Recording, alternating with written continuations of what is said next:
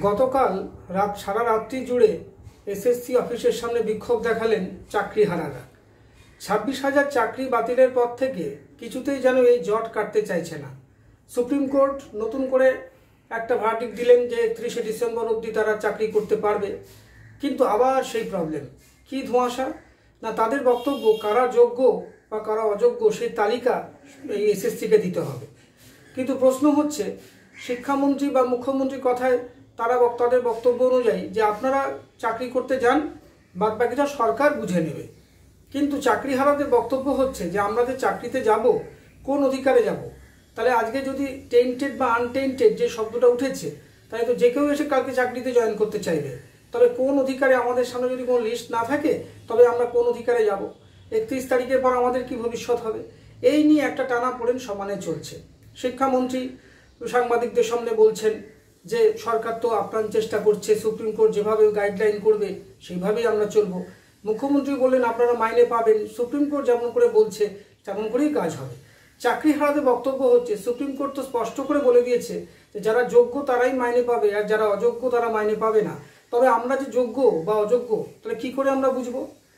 কোন একটা পার্সপেক্টিভে বা কোন ডকুমেন্টের বলে আমরা বুঝবো যে আমরা যোগ্য বা অযোগ্য?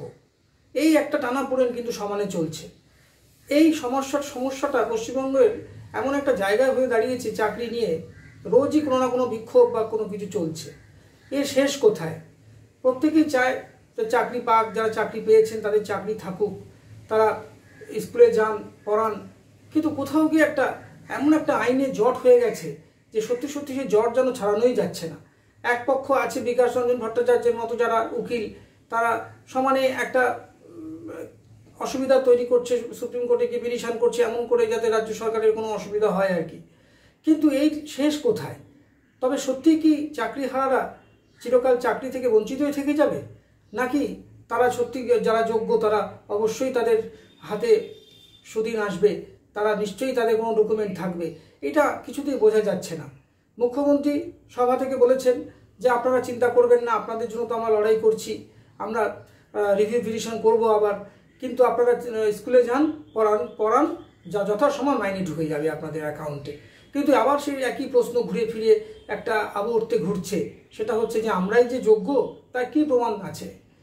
কালকে আর একটা অযোগ্য বা আনটেন্টেড বা টেন্টেড যদি এসে বলে যে আমরাই সব চাকরি করব, তাহলে আপনি কি করে বাছাই করবেন? এর ডিফারেন্সটা কি? যেটা কলকাতা হাইকোর্টও বলেছিল যে ধানের থেকে তুষ কি করে বাঁচবো। সত্যি কি আজকে ধানের থেকে তুষ বাছা গেছে? তবে এই জট কোথায়? আগামী দিনে এত সংখ্যক যে শিক্ষকের অনুপস্থিতি, স্কুলে পড়াশোনা, মাধ্যমিকের রেজাল্ট, উচ্চ মাধ্যমিকের রেজাল্ট যথাসময় কী করে বেরোবে?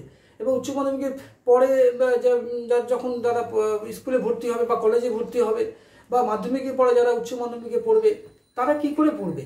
তাদের কে পড়াবে? তাদের এত সংখ্যক গ্যাপ কী করে পূরণ হবে? এই নিয়ে কিন্তু সত্যি একটা ধোঁয়াশা থেকেই যাচ্ছে। যাই হোক, মুখ্যমন্ত্রী বা শিক্ষামন্ত্রীর কথায় জানি না বরফ গলবে কিনা। তবে এটা ঠিক যে চাকরিহারারা প্রায় কালকে সারা রাতই চাকরিতে এসএসসি ভবনের সামনে বিক্ষোভ দেখিয়েছে, তারা ধর্ণা দিয়েছে, এবং শুধু তাই নয়, তারা একটা বাজে কাজও করেছে। সেটা হচ্ছে যে ওই অফিসারদের কোনো খাবার খেতে দেয়নি। ওরাও তো মানুষ, তারাও তো চাকরি করছে, তারাও তো গোটা রাত্রি জেগে আপনাদের জন্য সার্ভিস দিচ্ছে। আপনারা কি করে খাবারগুলোকে নষ্ট করে দিলেন এভাবে? যখন বাইরে থেকে খাবার আনা হয়েছে আপনারা সেটা খেতে দিলেন না।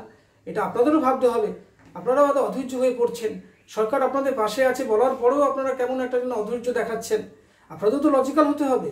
একটা জট এসে গেছে, জট পাকিয়ে গেছে, জটটা খুলতে তো সময় লাগবে। আপনারা সত্যি তো অসমে তো 10,000 লোকের চাকরি তারা তো ফিরে পায়নি, তাদের সরকার তো চেষ্টা করেনি। উত্তরপ্রদেশে হয়েছে এরকম, অনেক চাকরি চলে গেছে। তবু তো এই সরকার আপনাদের চেষ্টা করছে, আপনাদের হয়ে ইন্ডোরে মিটিং করেছে, সুপ্রিম কোর্টে পিটিশন করছে, কিন্তু আপনারা কিছুতেই শুনতে চাইছেন না।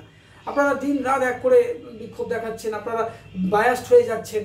বিকাশ রঞ্জন ভট্টাচার্য বা অন্যান্যরা বিপক্ষ দল কি বলছে তার দিকে আপনারা ছুটছেন বেশি। আপনাদের একটা পক্ষে তো বিশ্বাস রাখতে হবে। 31শে ডিসেম্বর অবধি আপনি একটা স্বস্তি পেয়েছেন, তা আপনি সেটাকে বলছেন আগামী দিনে আমি কী করে চাকরি পাবো? আর দাঁড়ান, 31শে ডিসেম্বর অবধি আগে কাটান, নিশ্চয়ই একটা বিশ্বাস রাখুন কোনো না কোনো পথ বেরোবে। এরকম করে অধৈর্য হলে আপনাদেরও চলবে না। সরকারকেও যেমন অনেক বেশি আরও স্বচ্ছ হতে হবে, তেমনি আপনাদের তরফ থেকেও অনেক বেশি লজিক্যাল হতে হবে, অনেক বেশি মানবিক হতে হবে। যারা এসএসসিতে চাকরি করছে তাদের খাবার খেতে দিচ্ছেন না, জল খেতে দিচ্ছেন না, বাথরুমে যেতে দিচ্ছেন না, এগুলো কি কোনো একটা সভ্য সমাজে আন্দোলন হতে পারে? আপনাদের চাকরি চলে গেছে সেটা যেমন দুঃখে, কিন্তু চাকরি যাতে বজায় থাকে সে চেষ্টা তো চলছে, প্রসেস তো অনগোয়িং। আপনারা একটু ধৈর্য ধরতে হবে তো আপনাকে।